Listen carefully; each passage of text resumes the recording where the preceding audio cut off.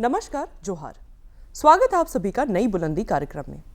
दोस्तों, इस कार्यक्रम के माध्यम से हम आपकी मुलाकात अक्सर ऐसी शख्सियत से करवाते हैं जिन्होंने अपने प्रयासों के बल पर अपने जीवन में शिखर की एक नई बुलंदी को छुआ है। आज इसी क्रम में हम आपकी मुलाकात करवाने जा रहे हैं रांची की एक ऐसी शख्सियत से जिन्होंने अपने शौक को एक रोजगार का स्वरूप दिया है। इन्होंने अपने शौक के बल पर एक ऑर्गेनाइजेशन खड़ा करते हुए अपनी आय का एक जरिया ढूंढा है। तो आइए देर नहीं करते हुए आपको मिलवाते हैं पिच मेमोरेबिलिया के डायरेक्टर ऋषि छाबरा जी से। तो ऋषि जी, बहुत बहुत स्वागत है आपका हमारे कार्यक्रम में। Thank you. ऋषि जी, सबसे पहले तो हम जानना चाहेंगे कि पिच मेमोरेबिलिया है क्या और मतलब इसका क्या कंसेप्ट है? देखिए, पिच मेमोरेबिलिया एक सपना था मेरा, जो कि 2019 में जिसने जन्म लिया। और पिच मेमोरेबिलिया, जैसा कि नाम सजेस्ट करता है, पिच यानी क्रिकेट की जो पिच होती है, और मेमोरेबिलिया यानी ऐसी चीज़ें जो खिलाड़ी खेल के मैदान पे यूज़ करते हैं। आप बोल सकते हैं या तो क्रिकेट बैट या उनकी जर्सी या उनका हेलमेट। सो कोई भी ऐसा सामान जो खिलाड़ी ने अपने मैच पे यूज़ किया है, तो वो जब यूज़ नहीं होता है, यूज़ के बाद उसे मेमोरेबिलिया कहा जाता है। सो वहाँ से शुरुआत हुई पिच मेमोरेबिलिया की। इसका आइडिया आपको कब और कैसे आया? देखिए, आइडिया तो 2019 में आया, जब 2019 विश्व कप में मैं इंग्लैंड गया था मैच देखने के लिए, वर्ल्ड कप के।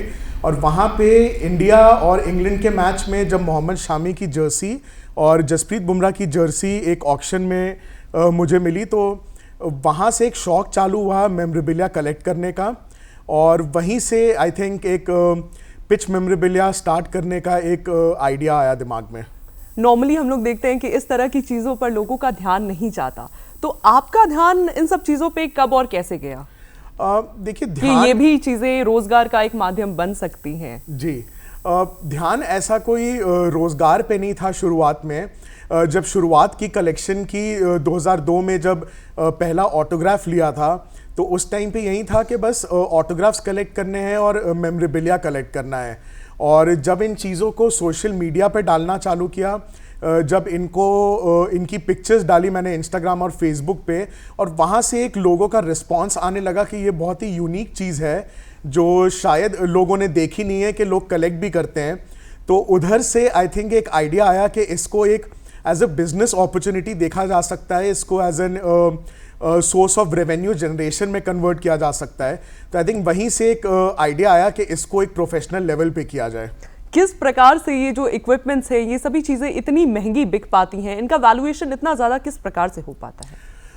देखिए, जैसा आपने कहा बिल्कुल सही, चीज़ें महंगी होती हैं क्योंकि इतनी यूनिक होती हैं, तो इनका कॉस्ट भी हाई होता है। अगर हम बात करें 2011 विश्व कप में जिस बल्ले से MS धोनी ने छक्का मारा था, उस बल्ले को ऑक्शन किया था ICC ने, और उस वक्त 2011 में उस बैट की विनिंग बिड थी करीबन 8 लाख रुपए। और अगर आज की उस बैट की वैल्यूएशन लगाई जाए तो करीबन 6 करोड़ रुपए होती है। तो जैसे ही ये चीज़ें टाइम के साथ पुरानी होती जाती हैं, इनकी वैल्यू बढ़ती जाती है, इनकी कीमत में एक इंक्रीमेंट देखा जाता है। तो उसी हिसाब से एक तरीके से देखा जाए तो चीज़ें यूनिक हो जाती हैं। ये वैल्यू लगाने के लिए मेमोरेबिलिया के जो इक्विपमेंट्स है या मेमोरेबिलिया जो है, उसका वैल्यूएशन किस प्रकार से किया जाता है?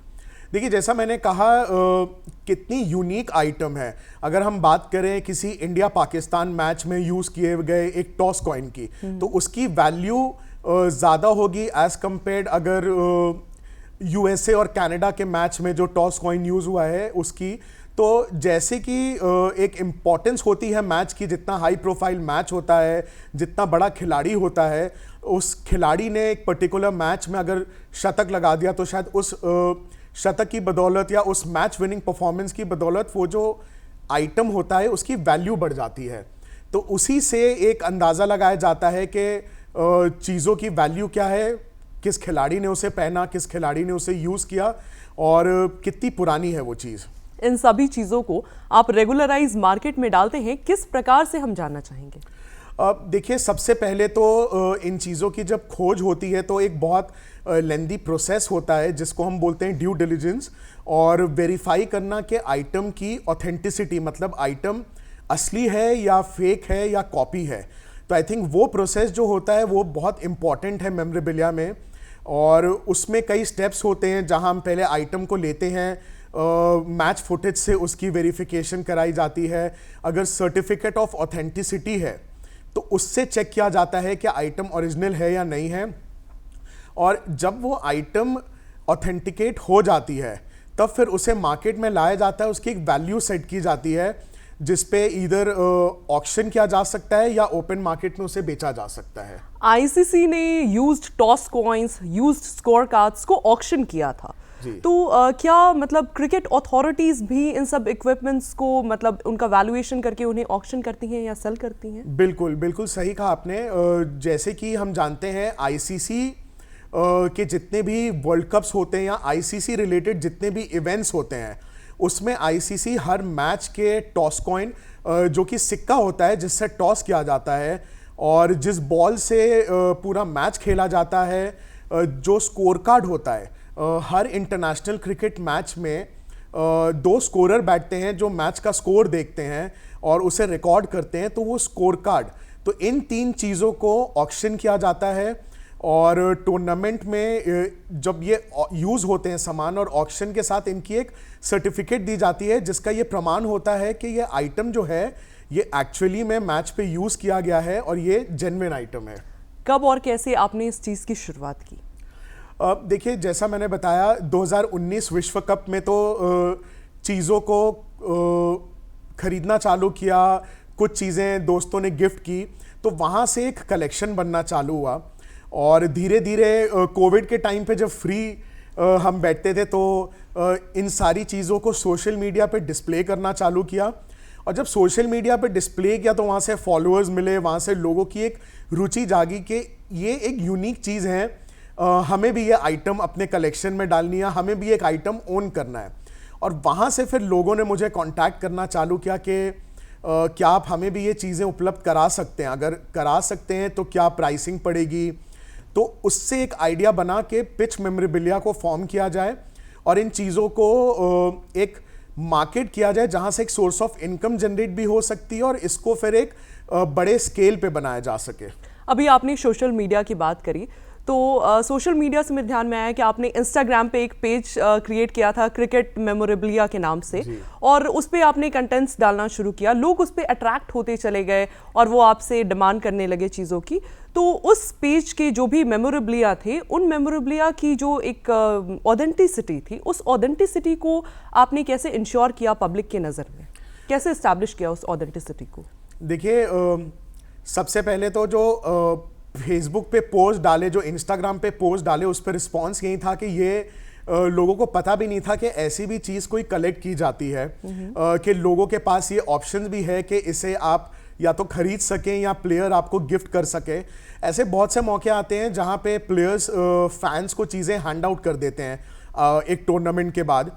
तो उसमें जैसे आपने कहा, जो ऑथेंटिसिटी होती है एक बहुत मेजर फैक्टर है कि जो भी आइटम चाहे मैं खरीद रहा हूं या मार्केट में कोई एक इंसान खरीद रहा है, उसे जेन्युइन आइटम मिल रहा है। उसके तरीके हैं, या तो उसके साथ एक certificate of authenticity ICC provide करती है या जो ऑक्शन हाउस है वो प्रोवाइड करते हैं, या अगर किसी आइटम की ऑथेंटिसिटी का सर्टिफिकेट नहीं होता है उसे हम companies like PwC and Ernst and Young के थ्रू उसको ऑथेंटिकेट कराते हैं। और जैसा मैंने पहले कहा, मैच फुटेज से वेरीफाई करा के डिफरेंट पैरामीटर्स है कि सचिन तेंदुलकर की मान लिया अगर हम जर्सी की बात करें तो वो जिस जर्सी साइज पहनते हैं उससे वेरीफाई करा के, तो ये सारी चीज़ें एक बार वेरीफाई हो जाती हैं तो एक आइटम की ऑथेंटिसिटी पता चल जाती है। कब और कैसे लोगों ने आपको कनेक्ट करना शुरू किया मेमोरेबिलिया के लिए, और लोगों को क्यों ये लगा कि मेमोरेबिलिया के लिए आपको ही कांटेक्ट करना सही होगा, किसी और को नहीं? देखिए, सबसे पहले तो मुझे आज भी याद है 2020 में एक फ़ैन का मैसेज आया था कि उन्हें ये आइटम चाहिए अपने मेमोरेबिलिया कलेक्शन में। उन्होंने कभी कुछ कलेक्ट किया नहीं था और वहाँ से आई थिंक पहली शुरुआत हुई। मतलब 2020 में कोई पहला युवक आया जिसने आपसे पहली डिमांड रखी, अपनी पहली डिमांड आप ही से रखी? अपनी पहली डिमांड रखी कि वो उनको एक आइटम चाहिए, और उसके बाद फिर वहाँ से एक सिलसिला चालू हुआ।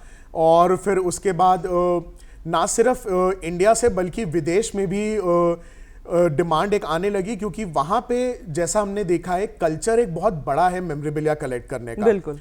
आप चाहे टाइगर वुड्स की बात करें, माइकल जॉर्डन की बात करें, क्रिस्टियानो रोनाल्डो की बात करें, तो इन सारे प्लेयर्स की जो यूज की हुई जर्सीज या जो आइटम्स होते हैं वो आई थिंक करोड़ों में बिकते हैं इंटरनेशनल मार्केट में। तो अगर देखा जाए तो इंडिया अभी तो छोटा मार्केट है, बट इंटरनेशनल मार्केट की अगर हम बात करें तो बहुत ज़्यादा स्कोप है। It's a very big market.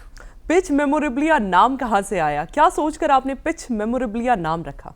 बहुत ज़्यादा इसमें थोड़ा सा टाइम गया था, क्योंकि नाम ऐसा रखना चाहता था मैं जो कि अगर कोई फैन या कोई एज अ यूज़र जो सर्विसेज अवेल करे उसको तुरंत समझ आ जाए कि पिच मेमोरेबलिया है कहाँ। तो मेमोरेबलिया वर्ड एक डालना बहुत ज़रूरी था। और पिच, क्योंकि क्रिकेट की जो पिच होती है 22 यार्ड की और उसी पे वो पूरा खेल खेला जाता है, तो वहाँ से आइडिया आया कि इसको पिच मेमोरेबलिया का नाम दिया जाए, और वहाँ से पिच मेमोरेबलिया की शुरुआत हुई। As a cricket fan memorabilia collect करने के अलावा क्या आपको क्रिकेट से जुड़ी और भी कोई अपॉर्चुनिटीज मिली? अपॉर्चुनिटीज़ तो अनेक मिली हैं। क्रिकेट देखने का शौक बहुत था। आज भी याद है 2002 में भारत बनाम वेस्ट इंडीज़ का मैच हुआ था कीनन स्टेडियम जमशेदपुर में, और मेरे नाना ने उस मैच की 2 पासेस अरेंज करवाए थे। तो वहाँ से आई थिंक एक जो शौक चालू हुआ इंडियन क्रिकेट टीम को फॉलो करने का, वो अभी तक जारी है, और 150 से ऊपर मैचेस देखने का एक मेरे को अपॉर्चुनिटी मिली। और आई थिंक उसी अपॉर्चुनिटी से मौका मिला कई कंपनीज, कई न्यूज़ चैनल्स के साथ काम करने का as a social media influencer. तो वहाँ से आई थिंक एक दरवाजे से बहुत सारे दरवाजे खुल गए as a social media influencer. आपने अपने ही पैशन को एक रेवेन्यू सोर्स में कन्वर्ट किया, तो कब और कैसे आपको लगा कि मेरा ये जो पैशन है क्रिकेट मेमोरेबलिया कलेक्ट करने का, इसको मैं रेवेन्यू सोर्सेज में डाल सकता हूँ, और कैसे आप उसकी तरफ बढ़े? देखिए, जैसा पहले भी मैंने आपको बताया कि जब फैंस आते हैं हमारे पास के उनको भी मेमोरेबलिया आइटम चाहिए होता है, तो वहाँ पे एक सोर्स ऑफ इनकम जनरेशन की अपॉर्चुनिटी होती है कि वहाँ पे हम आइटम प्रोक्योर करके उसको आगे रीसेल कर सकें। मेमोरेबलिया अगर मैं कहूँ तो एक तरीके का आर्ट है जिसकी value over the time increase होती रहती है। तो अगर आज एक मेरे पास सामान है, अगर वो 10 साल कोई एज अ फैन या एज अ इन्फ्लुएंसर मैं उसको होल्ड करके रखता हूँ, तो उसकी वैल्यू डेफिनेटली इंक्रीज करेगी। तो वहाँ से एक सोर्स ऑफ इनकम जनरेट होती है कि कितनी यूनिक आइटम है और कितनी उसकी डिमांड है। 2023 में वर्ल्ड कप को प्रमोट करने के लिए आईसीसी की तरफ से ऑल ओवर इंडिया से 2 लोगों का चयन हुआ था, जिसमें से एक आप भी थे। तो ये अपॉर्चुनिटी आपको कैसे मिली और क्या प्रोसेस था इस अपॉर्चुनिटी में अपने कदम को रखने के लिए? अभी जो विश्व कप हुआ था इंडिया में 2023 में, आई थिंक आईसीसी ने एक पहली बार अभी तक की हिस्ट्री में कॉन्सेप्ट लॉन्च किया जहां पे उन्होंने एक रियलिटी शो कंडक्ट किया। जितने भी 10 वेन्यूज थे जहां पे वर्ल्ड कप के मैचेस होने थे, उन वेन्यूज पे इनकी शूटिंग की गई थी। तो अपॉर्चुनिटी ऐसे मिली कि आईसीसी ने कांटेक्ट किया मुझे कि वो चाहते थे कि मैं शो पे जाऊं, एंड प्रोसेस थोड़ा सा लेंदी था। 2 महीने प्रोसेस चला जहां पे उन्होंने मुझसे अनेक वीडियोस मंगाए। क्या प्रोसेस था? वीडियोस मंगाए बहुत सारे, जहां पे मेरे को अपना इंट्रोडक्शन देना था, क्रिकेट के प्रति जो प्यार है, जो पैशन है, उसको बताना था, और उसके बाद आर्टिकल्स भेजने थे जो कि मेरे को अपने बारे में बताना था कि क्या as an cricket fan achievements थी। एंड ओवरऑल प्रोफाइल देखने के बाद उन्होंने मेरा सिलेक्शन किया और वहाँ पे मौका मिला इस शो का हिस्सा बनने का। और आई थिंक बहुत ही इंटरेस्टिंग एक्सपीरियंस था, क्योंकि वर्ल्ड कप को प्रमोट करने के लिए उस शो को बनाया गया था, और पहला ऐसा शो था जो आईसीसी ने एक नया कॉन्सेप्ट लॉन्च किया था। तो बहुत इंटरेस्टिंग था और बहुत मज़ा आया था उस शो के शूट पे। जब भी रांची में कोई इंटरनेशनल मैचेस होते हैं तो झारखंड स्टेट क्रिकेट एसोसिएशन की तरफ से आपको उसमें काम करने का मौका मिलता है। हम जानना चाहेंगे कि आपका क्या रोल प्ले रहता है उस इंटायर मैच में? देखिए, जेएससीए की जब बात करते हैं, झारखंड स्टेट क्रिकेट एसोसिएशन की, तो हर इंटरनेशनल मैच में जब भी कोई अंतर्राष्ट्रीय मुकाबला होता है रांची के स्टेडियम में, तो मैच के पहले और मैच के अंत में एक प्रेस कॉन्फ्रेंस अरेंज की जाती है दोनों टीम्स की। तो वो प्रेस कॉन्फ्रेंस का भार मुझे संभालने का मौका मिला है और पिछले 6 से 7 साल से ये अपॉर्चुनिटी मिलती आ रही है। तो आई थिंक उस अपॉर्चुनिटी से भी बहुत कुछ सीखने का मौका मिला, क्योंकि बिहाइंड द सीन हम बहुत लोग नहीं जानते हैं कि एक इंटरनेशनल मैच को कंडक्ट करने के लिए कितना एफर्ट लगता है, कितने लोगों की हार्डवर्क होती है। तो आई थिंक एक बार वो एक्सपीरियंस देखने का मौका मिला तो उससे एक बहुत सीख मिली है कि क्या क्या बिहाइंड द कैमरा भी होता है। इसके अलावा और भी जो मैचेस होती हैं अब्रोड में होती हैं, अलग अलग जगहों पे होती हैं, तो क्या आप उन सारी मैचेस को अब्रोड में भी देखने जाते हैं? हम जानना चाहेंगे कि क्या आप इसके अलावा जो भी मैचेस बाहर में हुई हैं, आप किन किन जगहों पर फिलहाल देखने जा चुके हैं अभी तक? जी बिल्कुल, आई थिंक बहुत ही खुशनसीब हूँ कि सिर्फ इंडिया में देखने का मौका नहीं मिला, बल्कि शुरुआत हुई इसकी 2013 चैंपियंस ट्रॉफी की इंग्लैंड में, जहाँ पे भारत ने महेंद्र सिंह धोनी की अगुवाई में पहला चैंपियंस ट्रॉफी जीता था। तो आई थिंक वहाँ से जो शुरुआत हुई इंग्लैंड में, फिर उसके बाद दुबई जाने का मौका मिला, वेस्ट इंडीज़, ऑस्ट्रेलिया और यूएस में भी मैच देखने का मौका मिला। तो जब भी कहीं अपॉर्चुनिटी मिलती है तो आई थिंक एक नया एक्सपीरियंस होता है कि नए देश में नए कल्चर के लोगों के साथ बैठ के एक एक्सपीरियंस अलग होता है कि इंटरनेशनल मैच देखने का। क्या आपने कोई चैलेंजेस भी फेस करे इस ऑर्गेनाइजेशनल सेटअप को आगे रन कराने में या इसके एस्टैब्लिशमेंट में? जी बिल्कुल, आई थिंक क्योंकि इतना यूनिक बिजनेस आइडिया है ये, और जैसा मैंने कहा कि कभी इंडिया में ये ऑपरेट नहीं हुआ है। विदेश में तो बहुत सारी कंपनीज है जो इनको करती है। तो इंडिया में सबसे पहले जो काम था वो था लोगो रजिस्टर कराना, और लोगो रजिस्ट्रेशन सबसे डिफ़िकल्ट इसलिए था क्योंकि कोई कैटेगरी नहीं थी मेमोरेबिलिया की। तो मेरी सिस्टर जो एक लॉयर है, आई थिंक उसने मुझे बहुत हेल्प की कि लोगो कैसे रजिस्टर किया जाए। उसके बाद नेम रजिस्ट्रेशन से लेके आगे कंपनी फॉर्मुलेशन तक। और आई थिंक जो सबसे इम्पॉर्टेंट इसमें चैलेंज एक फेस करने का आया कि कंपनी को आगे कैसे लेके जाया जाए, इसमें ग्रोथ कैसी की जाए, क्योंकि सबसे इंपॉर्टेंट है कि ये जो मेमोरेबिलिया आइटम्स हैं ये इतने कम अवेलेबल होते हैं मार्केट में, तो उनको अरेंज करना सबसे ज़्यादा डिफिकल्ट हो रहा था। तो आई थिंक वो एक चैलेंज था जो हम कोशिश कर रहे हैं कि ओवर द टाइम इसको डील किया जाए, बट होपफुली ये भी हो जाएगा। सामान प्रोक्योर करना एंड उसकी ऑथेंटिसिटी को इंश्योर करना अपने साइड से, ये आप कैसे कर पाते हैं? देखिए, कई बार क्या होता है, अब क्योंकि इतना मैचेस देखने का एक्सपीरियंस है, खिलाड़ियों से मिलने का मौका मिल गया है, तो चीज़ें मिलना थोड़ा आसान हो गई अब। चाहे वो ऑक्शन से मिले या फैंस के थ्रू मिलती है या प्लेयर्स अरेंज करा देते हैं। तो एक बार जब सामान, जैसा मैंने बताया, आता है तो उसकी हम मैच रेफरेंस करते हैं, उस मैच के वीडियो से निकाल के जर्सी की ऑथेंटिसिटी करते हैं। आपको एक एग्जांपल देना चाहूँगा। टेस्ट मैच जब खेला जाता है तो उसमें प्लेयर के शर्ट के पीछे नंबर होता है, उनका नाम होता है, और उनके जो left side of the logo के नीचे एक खिलाड़ी का नंबर होता है। वो नंबर होता है उनका कैप नंबर, कि ये कौन से नंबर पे भारत को इन्होंने रिप्रेजेंट किया है। तो ये सारी चीज़ें जब एक बार ऑथेंटिकेट हो जाती हैं, उसके बाद फिर हम उस चीज़ को आगे सेल पे डालते हैं, इस चीज़ को निश्चित करने के बाद कि हाँ ये जेन्युइन आइटम है और इसको हम सेल कर सकते हैं। बात करें अगर सामान प्रोक्योरमेंट की, तो सामान आपको कहाँ से मिल पाता है या इक्विपमेंट्स आपको कहाँ से मिल पाती हैं?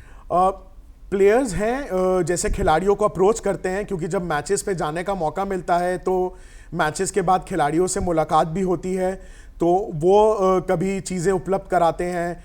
कुछ खिलाड़ी ऐसे होते हैं जो अपनी चीज़ें किसी एक टूर्नामेंट के बाद प्लेयर्स जो फैंस को एज गिफ्ट पास ऑन करते हैं। आपको एक एग्जांपल देना चाहूँगा, जब भी भारतीय टीम साउथ अफ्रीका जाती है तो वहाँ पे कुछ ऐसे फैंस हैं जिनको वो अपने किट्स आगे पास ऑन करते हैं, मतलब एज अ गिफ्ट छोड़ कर आते हैं। तो वहाँ से फिर कुछ फैंस हैं जो आगे चीज़ें शेयर करते हैं। उसके बाद ऑक्शंस हैं, ऐसी कुछ वेबसाइट्स हैं जहाँ पे ये चीज़ें कुछ फैंस उपलब्ध कराते हैं। तो ओवरऑल मार्केट बहुत बड़ा है, और डिपेंडिंग ऑन एक फ़ैन को किस चीज़ की रिक्वायरमेंट है, उस बेसिस पे उस चीज़ को अरेंज किया जाता है। नॉर्मली अगर देखा जाए तो आम तौर पर लोग इन सब चीज़ों की वैल्यू समझ नहीं पाते हैं, तो आप इन सब चीज़ों को मार्केट में प्लेस करके एक अच्छा खासा वैल्यू किस प्रकार से मार्केट में क्रिएट करते हैं? देखिए, जैसा मैंने कहा, मेमोरेबिलिया और आर्ट में ज़्यादा डिफरेंस नहीं है।